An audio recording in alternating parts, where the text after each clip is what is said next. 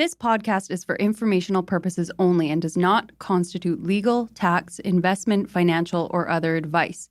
It is not intended to cause or induce breach of an existing agency agreement. Hello? Hello? Hello? This is the Vancouver Commercial Real Estate Podcast.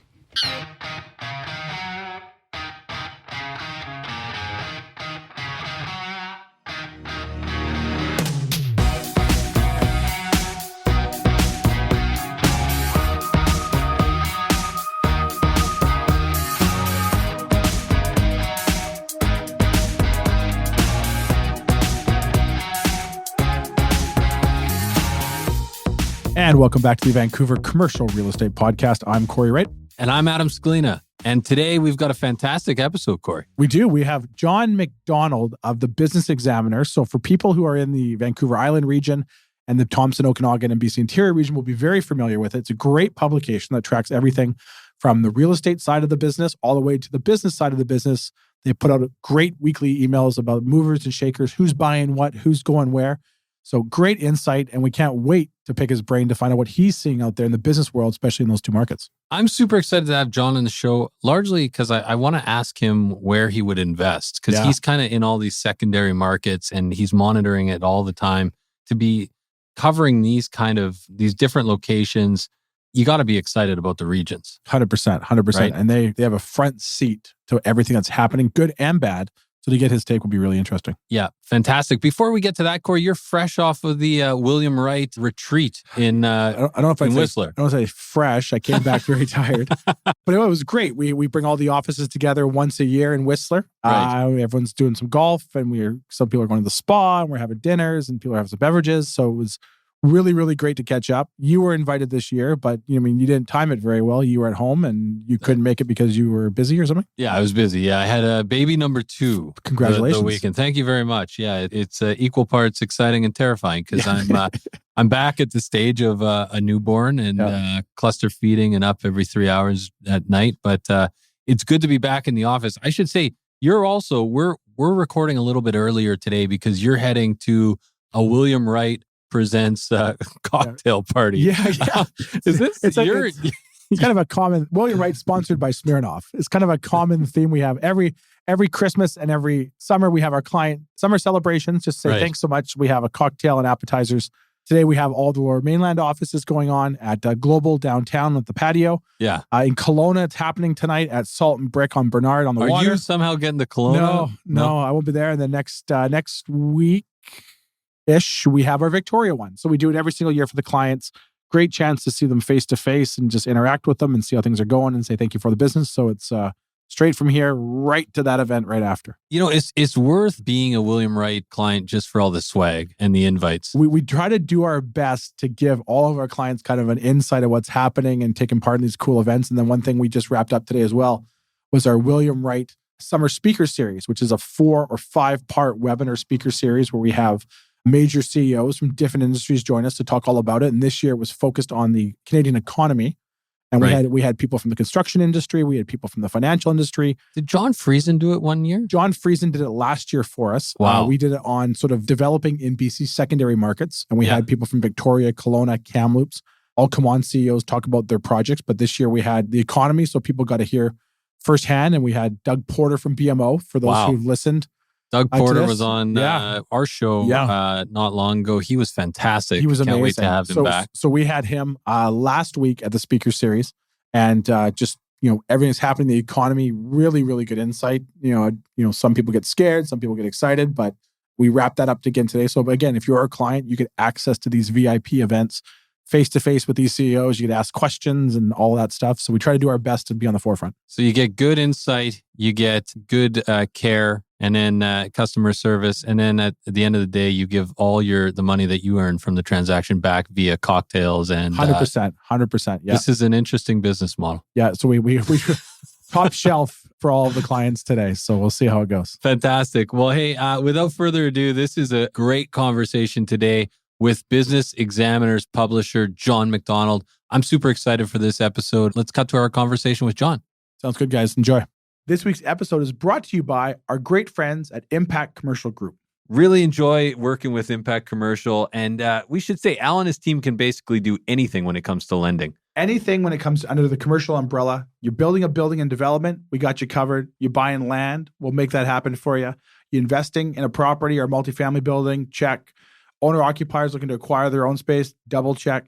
Anything commercial financing you need, Impact Commercial is your go-to. ImpactCommercial.ca. And we should say over 50 years of combined experience. So trust these guys. They're the right fit. Best in the business, in my opinion.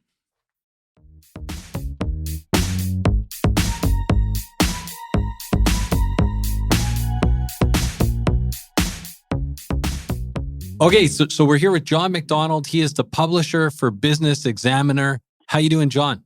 I'm doing great, guys. Really appreciate you having me on. I've been looking forward to this for a couple of weeks, so looking forward to the conversation here. We really appreciate you taking the time today. And yeah, we know you're a really busy guy. So maybe, John, for our listeners who don't know you, can you tell us a little bit about yourself and then also a little bit about Business Examiner?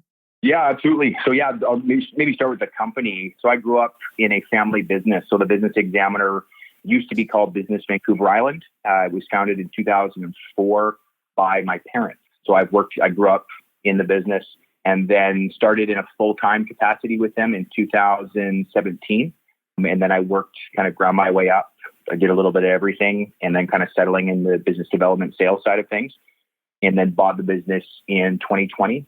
And so when I got involved, the business was a print newspaper that focused, or a group of print newspapers that focused on local business news for Vancouver Island, Northern BC, and the Thompson Okanagan.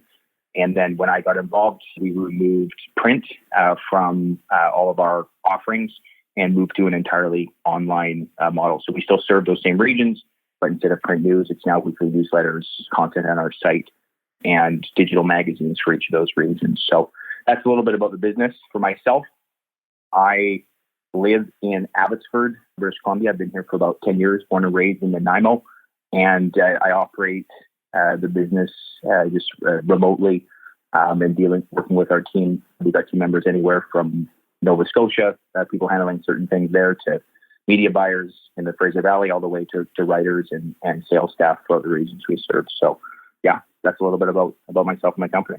For all of those listeners who are very familiar with the Vancouver Island region, you guys have sort of been on the forefront of what's happening in the business world, the real estate world, and everything in between. What are you guys seeing overall? We'll just ask you, we'll throw you a softball here to start you off with. What are you seeing overall over the past 6 months since 2022? We've gone through a lot from a business community. What are you guys seeing happening in these regions right now? Yeah, we see quite a bit of excitement. I mean, there's a ton of development, and I know we'll get into this in a little bit, but kind of across the board, the biggest spikes, again, that we'll touch in a little bit, are in multifamily, just by a pretty massive margin compared to the rest of the other construction segments. But I think that what's been interesting for myself is we're on the phone with business people, every day, and what you see in the headlines in the news does not match the reality on the ground. You kind of look at headlines about inflation, and there's very real challenges, with supply chain and labor shortages, but there's so much economic activity happening. And it's very rarely that we'll talk to a business who is not completely flat out. So a ton of optimism, certainly some concerns just with, uncertainty about what the government and the Bank of Canada are going to be doing, but overall very, very bullish about especially the next 3 to 6 months here. Now, when you guys are following all the greater Victoria area, the middle of the island regions and stuff like that, are you seeing any one region maybe popping off a little bit more than another, or maybe specifically since 2022 started? Yes. The preface this by saying we do have a little bit of bias, but that is the municipality of Langford, the city of Langford, by a massive margin, both from our anecdotal observations and then there's the raw data just in terms of the dollar value of the building permits that are being permitted there, I guess is the right way to say it. But yeah, it's Langford. And they have a very strong reputation across, I would say, probably British Columbia and maybe beyond, about being extremely business friendly. They seek out and treat developers in the construction community very, very well, and are kind of notorious for some of the faster turnaround times on permits. And then you guys have had Stu Young on? We have, yeah. We've had Mayor Stu Young on, and it's I want to say a lot of common sense came through that interview there that you would think a lot of other municipalities would apply, but for some reason don't. And most most mayors we have on, and we've been fortunate to have a lot of them, and a lot of them have been really, really good. He stands out as welcoming the development community to the point of, hey, we need to grow our infrastructure. Developers help pay for that. We need to grow our community. We need to bring in housing. Developers help do that. Just a very, very positive outlook on the development community. And the reflection shows everything from Costco all the way up to Tesla recently. And so, they've done a phenomenal job there in Langford. I'm not surprised to hear they're kind of at the forefront of it. What's going on? Yeah. And it's to the point where we have a partnership with an organization in a different area of the island where we basically are building out a branded content specialty for them. And one of the things that they wanted us to focus on was Langford, and as to basically promoting them as why can't other people be like that municipality? Just because, if you guys in your own transactions or the people that you deal with, just, time is money, and the delays. I'm trying to remember, I interviewed somebody, I believe it was a 6-month delay equals a 5% cost increase. And that was before inflation was factored in. So just, and the scope of dollars of these projects is just so massive. Well, that would explain Vancouver real estate prices then, because that's, 2 years over here, throw 20% onto the purchase price. Yeah. So, I don't have a data sheet in front of me to back that up, but I know that was the number that was used. So just be careful about that. Cory just footnotes himself. Yeah, I just referenced myself in the footnotes. So you're obviously seeing all this stuff over there. Which markets are seeing, we talked before we started recording about, the permit values and all of that stuff. Can you maybe just walk us through what markets over there are starting to see maybe the biggest increase, or the biggest dollar value in development permits? Yeah, so I can start you off with the South Island. So I'll just give you the numbers. Sure. I just picked the top 3 for the South Island. So we've got Langford leading with $248 million in permits, and that's year to date. Just to clarify, we've got Victoria, like Victoria proper, with 128 million, and Colwood as well with 101. Wow. Moving down, so that's the South Island, the top 3. The Central Island, we've got, I blended Nanaimo and Nanaimo Regional Districts. They keep them separate in this data set, but in our purposes, we would combine them. So 241 for Nanaimo and 51 for Nanaimo Regional District. And then the Cowichan Valley Regional District is a second or third there with 60. Wow. 60 million. And then moving on to the north, the Comox Valley is by a wide margin the leader there, but that includes the Comox Valley Regional District, Comox, Courtenay, and Cumberland. Campbell River would be second there, and then we've got Port Alberni bringing up the rear. One thing I did want to mention to you is in Cumberland, there has been some of the first new industrial land that has come into that area in quite some time. There's a company called, I'm going to butcher the name here, but I believe it's Achiano Developments. And it's developed by the owner of Tree Island Yogurt and Drury Electrical. They have new industrial lands there, phase 2. Phase 1 sold out very quickly. Phase 2, it's called the Bevan Lands. And it's a fairly high profile project because they've taken forestry land and converted it through to industrial and did all the site servicing and are now building. So, yeah. Wow. Those are staggering numbers. And I think I'm pretty confident if you go back probably 5 or even 10 years ago, those numbers were probably a fraction of it. And I think that sort of just echoes the excitement that we see in the real estate world in these areas where more and more developers are acquiring land, more businesses are going over. COVID's obviously, sort of hyper focused that a little bit. But like I said, I think that data really backs up what we've been seeing in the real estate world for the past couple of years. Speaking of that, put you on the spot a little bit here. There's various regions there that are going on. From your take and that stuff, is there one region that's maybe more favorable than another? And if so, why? Yeah, I think to me, the sleeper is the Cowichan Valley. That is an area where we've just noticed, even in our own business from a revenue generation perspective, where there is just a lot of, you drive through it on the way to Victoria, for me growing up in the Nanaimo. So I just, you kind of pass through downtown Duncan and you forget about everything that's happening there. But they've got a massive, the Cowichan District Hospital Replacement Project, which, as you guys know, there's just massive amounts of money there. And then outside of that, you start to see other investment pop up around where that land is happening. So new land assemblies, senior living projects, multifamily, and then obviously your mixed use and commercial. There's also some great Indigenous communities there that have opened up a lot of land for investment. So that is the area to me that is the kind of the sleeper area. It's a very beautiful, beautiful place to be. The scenery, depending on which area of the regional district you're in, there's some waterfront opportunities, beautiful views, and that's kind of the sleeper place for me. What do you think is different now, maybe than say 5 or 10 years ago? And where this question stems from is talking to people in the Nanaimo region. A lot of them have been saying, "Oh, we've been hearing about this new, this new downtown core, and all this stuff is coming, it's coming, it's coming." And then 10 years pass, nothing has changed. But it feels like talking to people now that people feel this is now the time where it's actually going to change for the better. Why now? What's changed in your opinion? Also growing up in that area, what's changed, say in that Nanaimo region, that makes it feel like now is the time this change is happening for the good? Yeah, you know what? I think it's a great question. I think it's a bit with real estate in general. I'm trying to dance around it carefully. A lot of the stuff has to do with who's in power in government, right? And I think that there was a lot of turmoil at City Hall. I don't know how closely you guys have followed the things that have happened over the past 5 or 10 years there, but City was in the news for negative reasons for many, many years. And I think what they brought in a former MLA, Leonard Krogh, who stepped down and became mayor. And I think that the community has just stabilized. I think when you have peace in the home, if that makes sense, for sure. It creates an air of confidence for investment. There's also been some great progress with this Nanaimo First Nation. There's a major announcement. I don't know if you guys saw that yesterday. Is that ringing any bells? The Secret Properties.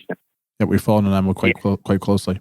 Yeah, so that press release came out yesterday. So I think you're seeing, there's great partnerships with the First Nations in that area and some stability in the municipal government. And I think that brings trust for developers. And then obviously, the record low interest rates and cheap debt are giving, I think a little bit, the margin of error is a little bit larger than it was maybe 10 years ago or something like that. We were very fortunate a few episodes ago, maybe probably a couple of months ago now, we had Mayor Krogh on and talking about Nanaimo and why now and that stuff. And very, very confident in his conversation with the business community, with the development community and that stuff. So a lot of excitement generated off of that. And we're very fortunate he took the time after to talk to us after we're done recording, but lots of excitement going on in the area. And I can say from the brokerage community standpoint is we hear a lot more excitement from developers looking to acquire land in that area now than before, where everyone was almost kind of like turned off by it. Like it's going to take you forever to figure it out. Nothing's happening. Where now it's like, how quickly can we get this? Who just bought this? What's happening over there? And there seems like there's a lot more excitement in that mid-island region now than we've ever heard, at least in the past 5 years. Yeah, no, and I would agree with you. It's certainly, it's been really nice to see because I feel like with Nanaimo, you have a bias, right? The place you grow up, and I love the community. I love being close to the water, the amenities, the opportunities that are there, just with the port, the airport, and the industrial land opportunities there. You want to see the city do well, right? You want opportunities for the people that you grew up with, and so it is nice to see it take shape. But I do think a lot of it has to do with cleaning up some of the stuff that happened at City Hall there. And then obviously just the COVID, people making decisions about where they want to be, where they want to spend their money, and the lifestyle choices that are given to them now through kind of the remote work changes. Yeah, it's interesting because we've talked about the COVID question around the secondary markets ad nauseum on this show. And it seems to me, the way I was conceiving of it is that, like during COVID, it was almost like a steroid injection into some of these markets. And you would expect as we open up that maybe you would see some softening or some petering out of some of the activity. But it sounds like it's not just a hangover. Like it sounds like these markets are going to have legs for years to come, and the infrastructure is going to be built. Is that safe to say? Yeah, absolutely. I think so. There's I don't know how much you guys have done with the Vancouver Island Economic Alliance, but they're almost like a regional economic development focused organization. And they've been releasing kind of data over the past couple of months. And they just talked about the population influx of people just legitimately moving here. And even we had one of the things we do a commercial building award event on the island and upcoming in the Okanagan in a couple of months. And some of the developers that I know personally that have built major projects in the Lower Mainland are moving their families to places like Nanoose Bay, which is, if you've not been there, it's a world-class waterfront community, nice golf course and beautiful amenities there. So it is interesting to see, when the pain comes externally, what do people prioritize? And it seems like the island lifestyle, amenities and nature and all that are very, very appealing. Well, I was over there not too long ago, and I was going through Parksville, and I hadn't been to Parksville in a long time. I couldn't believe the development and change that I saw in Parksville. Now, granted, it's been 20 plus years, but not what I expected. Is there a halo effect you're kind of seeing now? Because obviously Nanaimo's growing and expanding, and obviously COVID's pushing more people up there. Are places like Nanoose Bay and Parksville, are they starting to see a regenerational change with regards to the business community and the stuff like that? Yeah, I think so. I think the spillover or the halo effect is a great way to put it. People seem to shift up or North Island kind of as prices and things go up. I know that a challenge with that community in the past has been the age of the community. And I think that it was a little bit more on the retirement focused side. And I think that has started to evolve. And then Nanoose Bay, I mean, I'm biased because I used to spend a lot of time there in my late teens. But to me, it's always been a gem. Like, it's always been like, oh, if you have a place in Nanoose Bay, it's a special, it's a very, very, very nice place to be. And then, Parksville, you're seeing some nice commercial industrial development stuff out there too. So, spillover, I think there is a safe way to put it. It's also beautiful there. Ocean very close by, which, I don't think anyone's going to complain about. And John, I'm thinking about your comments around the Comox Valley specifically, and being someone from the Lower Mainland, for our listeners that don't know the island very well, what role does Comox Valley play on the island, like in comparison to like a region in the Lower Mainland? Yeah, so the Comox Valley for us there's a lot of young families going up there, and some of the high points or things that we like to tout in our own platforms over the years has been that they had. I believe they have their own Costco, which is kind of a big statement for a community on the island. They got an international airport, and then they have had, and I believe that they continue to have a fairly progressive group of municipal politicians between Comox and Courtenay specifically. I know that Cumberland is really focusing on trying to build their business tax base. So that's where that Devon project comes in, that Achiano development. But it's a more youthful area. The government has spent a lot of money over the past 5 to 10 years to rebuild. There's a new hospital there, and I believe there's a new one in Campbell River as well. I think they were both built around the same time. But definitely, it's a young family place, and it's a fairly business friendly place, and it's very beautiful as well. I feel like, and this might be a stretch, but I feel like the same people I know now that are moving to Cochin Valley are similar to the types of people that were moving to Squamish 5 to 10 years ago. Yeah, you know what? That is a great way to put it. I do know that people like the Scott DeGiustini, he's the guy who owns Tree Island Yogurt, who's building the industrial lands in Cumberland. I believe he's from the Lower Mainland initially. There's a couple of people even in the local government of those areas who have come from Vancouver, and I think, it's just, when you have open ocean, clean air, no congestion and traffic, and you can still make money and housing is relatively affordable, it can become a no-brainer, especially when you start to add kids into the mix. But I think Squamish, I think that's an awesome comparison. Maybe changing gears here just a little bit, John. I know you guys are very active in the Okanagan as well. Yeah. What's your take on the Okanagan right now, and maybe kind of pinpointing Kelowna and Kamloops as two markets that obviously we've talked a lot about on this program. How are you seeing the economies operating in those cities? And are you excited about each municipality, or can you talk a little bit about them? Yeah, so we just had an event actually that William Wright was a part of last week, so I appreciate that. But we had our Business Excellence Awards, and for us, those are an opportunity for us to get, we're there to celebrate businesses, to promote businesses, but we also get a snapshot of what's going on, because when we get those nomination forms in, we're getting everything from, revenue changes, HR changes, innovation, how have you dealt with COVID, that kind of stuff. And so The areas that popped for us, Kelowna, we had a lot of nominations and interest from Kamloops as well. And I think what I've struggled with, or you try to say this in a politically correct way, but there's so much going on in these areas in terms of economic activity. I couldn't, driving through some west side now, but the West Kelowna, the industrial work that's going on, even the size of some of the automotive places, that was pretty surprising to me compared to what I see even in Abbotsford here. There's just so much going on, but yet you turn on the news and you think the world's falling apart, right? We've got crises happening across the world. But when we're talking to these people, that's not reflected, generally speaking. And so very excited about it. Our business is focused on expanding up there just because of what all of the new business that we're seeing pop up there. Now, shifting maybe from Kelowna a little bit to Kamloops area, are you guys sort of seeing the growth in the Kamloops market kind of similar to what people experienced in Kelowna maybe 5 or 10 years ago? We hear a lot of people from our office up there and other people in that marketplace that there's a shift as well, where Kamloops is becoming much more part of the conversation that wasn't once there before. Are you seeing that as well from a bird's eye view with what you guys are doing? Yeah. I think to a certain extent, I do wonder if it's a bit of a similar conversation to our island chat about Nanaimo spillover to Parksville. And I think that, I've got a family member who lives up there and loves it.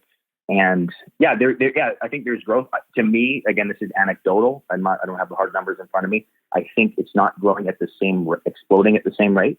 But it's got its own vibe. Certainly with the post-secondary institutions too, there's a lot of international students coming there who want to stay locally. So usually a good sign, just about this, what the culture of the community is at.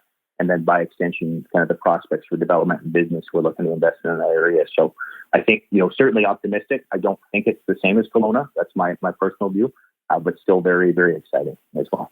This is maybe a challenging question and maybe an unfair question, John, but just in your kind of privileged position of monitoring all these markets in the province, if you were making an investment this year, where would you put your money?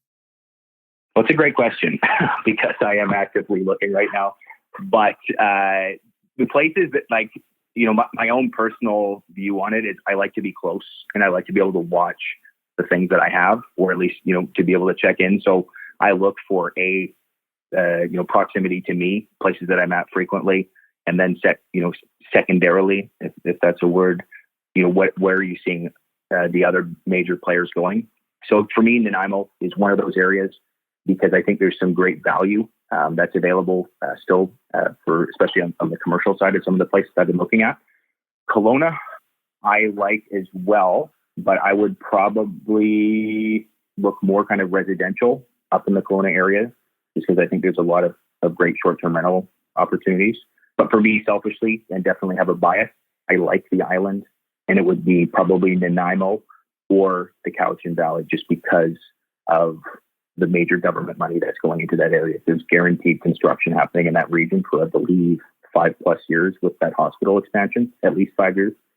So I'm a little bit more safe, and those are the places that I kind of have some certainty that there'll be growth.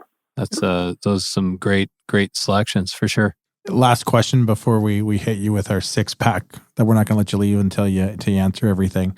What is your prediction for the rest of this year? Obviously, you're dealing with various regions, various business owners, various industries. We are in a sort of an unprecedented time here with interest rates potentially. What is your prediction for the next 6 months? How does 2022 play out?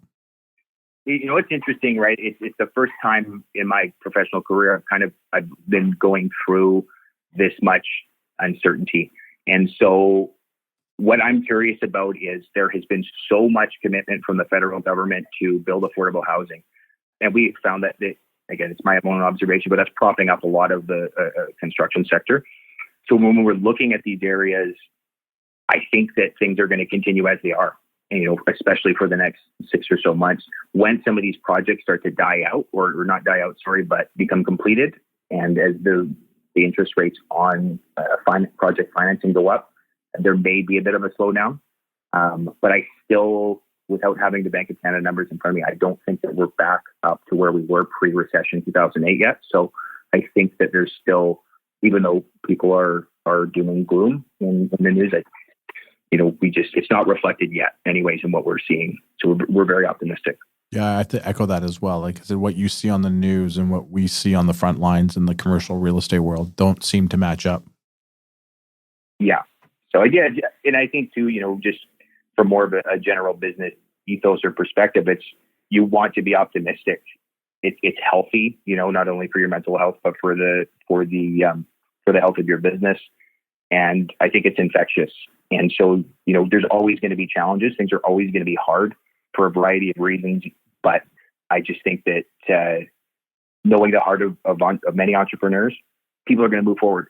Yep. And they're going to deal with these obstacles and things are going to calm down and then there'll be a new challenge, right? That's just kind of the way things are. So that's my 2 cents on what the next, couple of months looks like. I had a conversation with a client who was buying a fairly large building and he said everyone in his family told him he was nuts buying it right now. And his philosophy was he's never talked to somebody who bought real estate 5 years ago and said, I paid too much. So he's like going to plow through it, keep going. And he's like, we only have so much land available. He's like, I'll be okay. So I think we're all very optimistic. John, before we let you go, as I mentioned there, we got a 6-pack of questions, 6 lighthearted questions, get you know a little bit more outside of the office. We're unfortunately not going to give you the option to leave because the 6-pack is powered by our great friends over at Red Point Law. Oh, the guys at Red Point Law are fantastic, Cory. For all your legal needs when it comes to commercial real estate, visit them at redpointlaw.ca. Still within the time window, so first question. You've got 9 minutes, Cory. Get on it. We got the hard stop from you, so we're fitting this one in here. So first question up: favorite vacation spot when you find the time? Kihei. Oh, good Kihei, one. Boy, I've got a buddy of mine. His family's got a condo there, so him and a couple of my buddies go out there maybe once a year. Must be a place to relax. One of the 70s buildings, is that... I'm just thinking, I just came back from Kihei. I was going to say you were there on spring break. Yeah. I love it. You're up at 4 in the morning, you're in bed by 6 p.m. Sounds like my normal days over here in BC. So similar to Vancouver. The sweetness of the air once you get off the plane, to me, is like that's one of my favorite parts, just coming off the plane the first time. And yeah, I love it. Just forced relaxation, have a couple of drinks and, try to forget about work for a day or two. No, that's a great one. What have you been binge watching lately? Question number 2, or a movie recommendation. Well, I've been doing a couple things. I've been rewatching a lot of, interestingly enough, Mike Tyson come up stories. And so there's a YouTube channel, and I'm going to butcher that. I don't even know the name of it, but a lot of just the background story of who Mike Tyson is, where he came from, story behind the fights. And I love the guy. I know he's a bit of a psycho, but he's just so raw and so authentic, especially now later in life, that that's what I've been binge watching. Mike Tyson fight. That's a great one. One thing that comes to mind is his book. I'm trying to remember what it's called, but I read it I listened to it a few years ago on Audible, but it was incredible. I don't know if you've read that yet. Yeah, is that the one where it focuses on him and then Customato and kind of like the background of boxing? Yeah, and like growing up in fighting in Brooklyn, and yeah. It's crazy. I remember, you watch him on his glory years. I don't think there's probably someone that you'd be more fearful of on the planet than Mike Tyson. I saw something just recently here where I guess some drunk guy on a plane was lipping him off or something like that, and then he just wound up and started beating the guy, and I'm like. Yeah. I'm like, if there's one person that guy was asking for it, though. If there's one person you wouldn't want to piss off on all of Earth, would either be T-Rex if he was still here, or Mike Tyson. Yeah. Right? Exactly. Well, there's also not to go too deep into Mike Tyson, but he's got a podcast where it's like on YouTube, and he literally is just smoking a joint like the entire episode. Like just it's like a blunt, like it doesn't go out, and you watch it, and the whole time you're like, is he going to just freak out and beat up his guest? Like that's the whole. I think they know that that's what's captivating about it. But anyway, it's kind of like watching NASCAR. Yeah. You just don't know, are they going to crash? They're not going to crash. All right, John. Next question here for you. You've had a couple drinks now. You're sitting at a bar. Someone throws a karaoke mic in front of you. What song are you singing? Oh my God, man. They get easier from here. Okay, you know what? It is Luke Combs. Oh, good one. I like this one. When It Rains, It Pours. Oh, that's a good one. Yeah, banger. I play it regularly. and I laugh every time it comes on. Luke Combs makes my Peloton morning rotations. Nice. Oh, that's awesome, man. Yeah, you've got banger after banger. Favorite restaurant or bar in the Lower Mainland? I will shout out probably, I hope I'm saying it right, actually. It's Elisa Steakhouse. In Yaletown. That's a go-to. I'm going there with my dad next week for his Father's Day present. That's I'm a steakhouse guy. If I'm going to go out, that's a place I'd like to go. Oh, very nice. Very nice. Favorite band? Oof. Boy, oh boy, that's a tough one. Sounds like it might be country, though. Could be country. I actively have my phone open searching. So I a bit of a conflict because I go through, I'm a competitive powerlifter kind of during the, when I'm not working. And so depending on where I'm at in my training cycle and how close I am to competition, kind of the intensity of the music changes. So right now it's very chill. I just competed, country, Jason Aldean, Thomas Rhett, Dallas Smith, Jordan Davis. I play a lot of Jordan Davis. And then as things start to get more intense, a lot of rap. So, Drake's got a new album, Little Baby is somebody I like. And then when things get really intense, it's closer to competitions, I get into a lot of metal, a lot of death metal. I was going to say Pantera. I was thinking about that's hilarious. I was listening to Jordan Davis on acoustic album I had. I was listening to him on the way. That's why you're not a deadlifter. Yeah, that's why I'm not a deadlifter. I got Jordan Davis sandwiched between BTS and Backstreet Boys. I got a little bit of Jordan Davis there in my playlist this morning. Yeah, and I listen to it all, even when I train. Like just as things get to a certain point where like the consequence of failure starts to increase, you want to pull the happiness out if you can. So do you have any Nickelback in that training music playlist? I can't say that I do, but a little bit more like Rage Against the Machine. Yeah, close enough. Yeah, they're both bands. And as a final question, and then we'll let you go, John. But you're on death row. What's your last meal? Oh man, actually, you know what? I will give a bit of a shout out to. I don't know if you guys have been to. I believe it's called Cuckoo's in Coombs. It's a really nice restaurant just outside of Parksville in that Coombs Village area, and they have a chicken gnocchi dish where they make the gnocchi by hand there. Sounds and that good. It's phenomenal. I won't. Wow, I have been to this place, and I'm shocked. I have. I can picture it now. Is there goats on the roof? Yeah. No. Yes, that's exact. Yeah, that's it. Is that the one? That's where we are. Goats on the roof. That's place. okay. That's what it is. Yeah. You gotta get over there more often.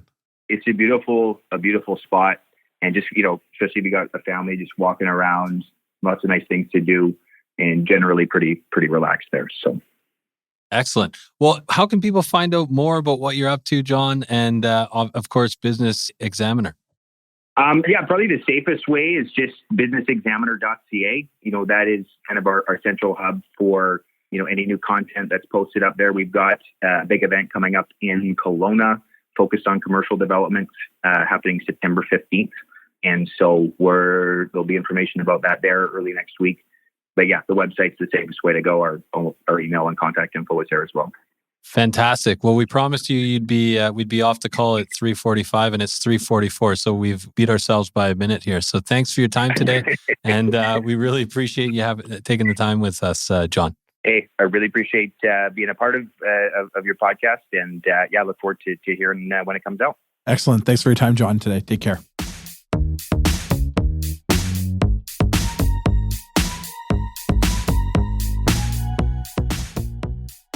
And there you have it, folks. Our interview with John MacDonald of the Business Examiner. I thought it was great to get his take on what's happening in these markets because we hear so much about them. But for someone with his intel on the front lines, I took a lot away from that interview. Yeah, no, that was phenomenal, that conversation with John. Always a pleasure to go around the province, check in what's happening. And this is a strange time because we're coming up on what's potentially another interest rate increase, potentially 75 basis points. Yeah.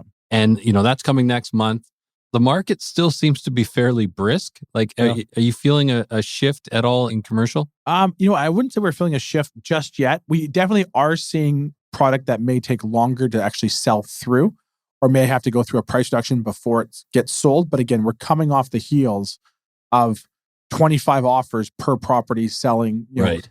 50% over asking. So coming off of that, anything's going to feel slower, but we're ticking along at probably a normal pace. Good assets are still selling in multiple offers if they're good products. So Right. you just got to have a good broker on the inside that's sort of out there looking for everything. No, I wouldn't say there's any deals at this stage because a lot of people are calling and I think there's deals out there.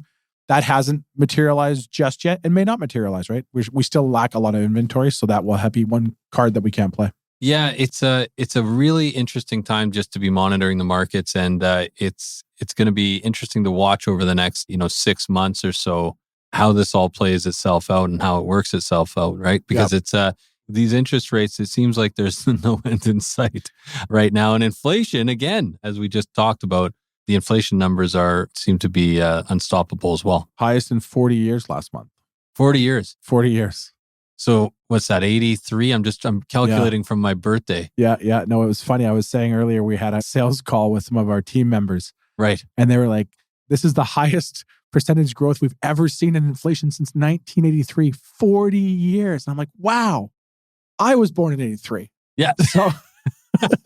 So it's a constant reminder. If it's not the gray hair on my face or the inner tube around my waist, my staff reminds me. So here's the thing. I mean, at least you didn't have to live through those high interest rates because then you'd be in a much different situation. But don't worry, my parents remind me of 21% interest all the time. Yeah, exactly. Every night at dinner. All right. What else do we have for the day? Anything else? How can people get in touch with you guys at William Wright? People can reach out to us anytime at our Vancouver office, 604-428-5255. They can drop me an email, Cory@williamwright.ca, or they can visit our website, williamwright.ca, which hopefully in the coming weeks, we have our brand new site going up there with a lot more intel.